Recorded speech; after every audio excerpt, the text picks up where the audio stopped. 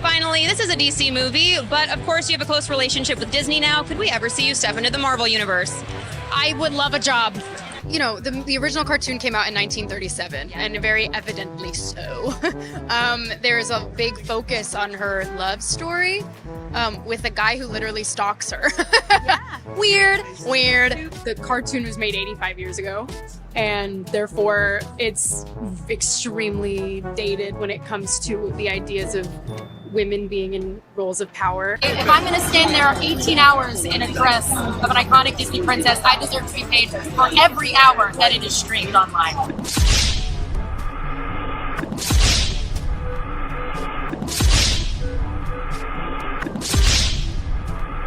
I just said it without juice, topping this out my lifestyle. I just said it for true, and I don't even know if you go without the beginning. Snow White's Fallen Princess, the Rachel Zegler controversy. Somewhere, Walt Disney is spinning in his grave.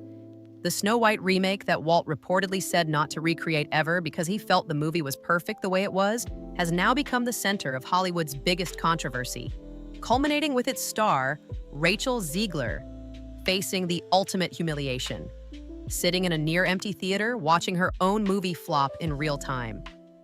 This fairy tale gone wrong began innocently enough in 2021 when Disney announced Rachel Zegler as their first Latina Snow White, promising a bold reimagining of their inaugural animated feature.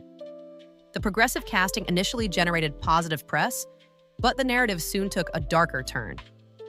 March 2022 brought the first sign of drama when Zegler revealed on Instagram she wasn't invited to the Oscars despite starring in the Best Picture-nominated West Side Story. The Academy quickly added her as a presenter, temporarily resolving what would prove to be merely the first in a series of controversies. Between September 2022 and August 2023, Zegler embarked on what can only be described as the How to Alienate Your Core audience tour. In multiple interviews, she called the original 1937 Snow White dated and described the prince as someone who literally stalks her. She promised a feminist makeover, declaring, "She's not going to be saved by the prince, and she's not going to be dreaming about true love. She's dreaming about becoming the leader she knows she can be." These comments left many wondering, if she disliked the original story so fundamentally, why take the role at all? The irony wasn't lost on Disney historians, who noted that Walt Disney himself reportedly believed certain classics should remain untouched.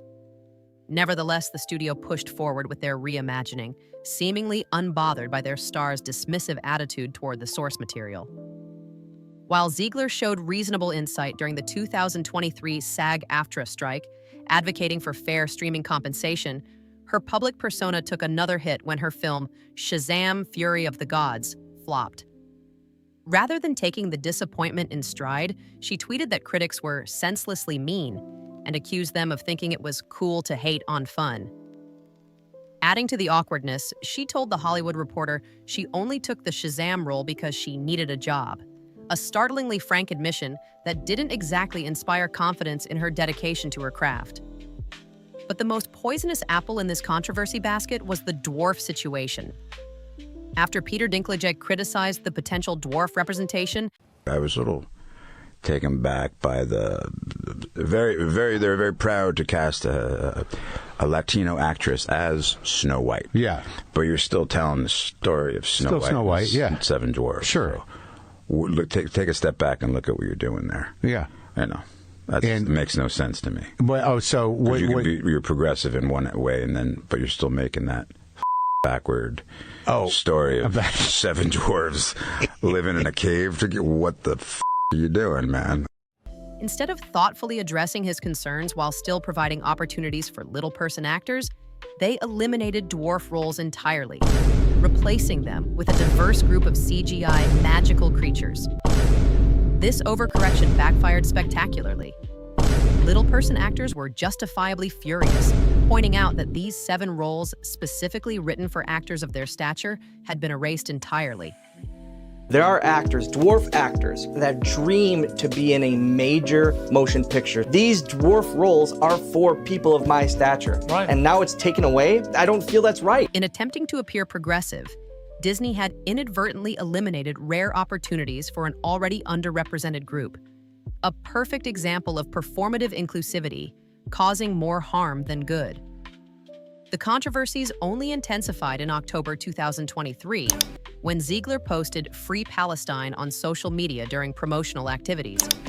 According to Variety, Disney executives were thrown into crisis mode, even flying producer Mark Platt in for an emergency meeting. The situation became exponentially more complicated. When you leave the scene, I turned to the camera and I was like, Gal's mad. Given that Zegler's co-star, Gal Gadot, is a former Israeli Defense Force soldier and outspoken supporter of Israel. The tension between the co-stars became impossible to ignore. Disney reportedly had to provide extra security for Gadot, who became the target of threats due to her background.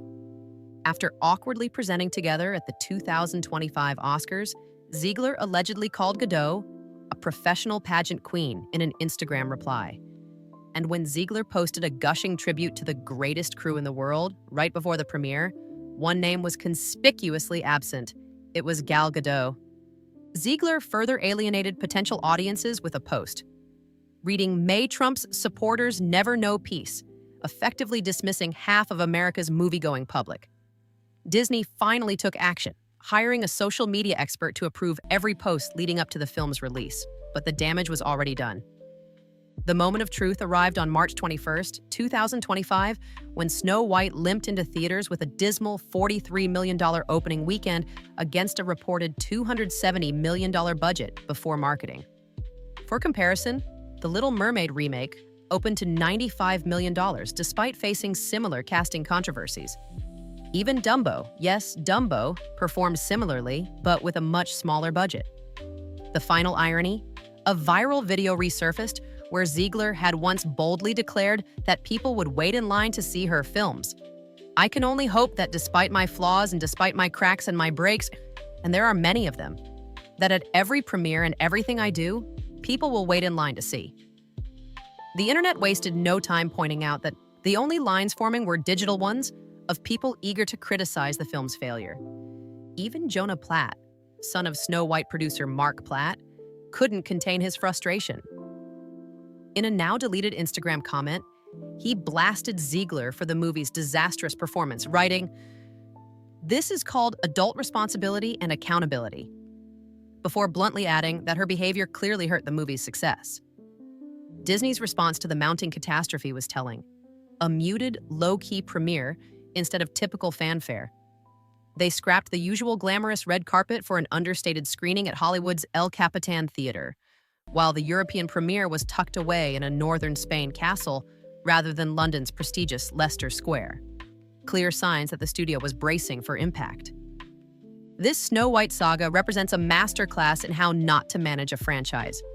From casting an actress who seemed to disdain the source material, to allowing stars to alienate vast segments of the potential audience with political statements, to creating tension between leads, to fundamentally changing what made the original beloved, Disney broke every rule in the fairy tale book of successful filmmaking.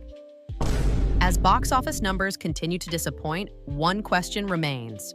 Will studio executives learn from this cautionary tale, or continue down the path of remaking classics while seemingly resenting what made them classics in the first place? Mirror, mirror on the wall, who's the most controversial of them all? For now, at least, that dubious honor belongs to Rachel Zegler's Snow White, a reimagining that audiences decisively chose not to see.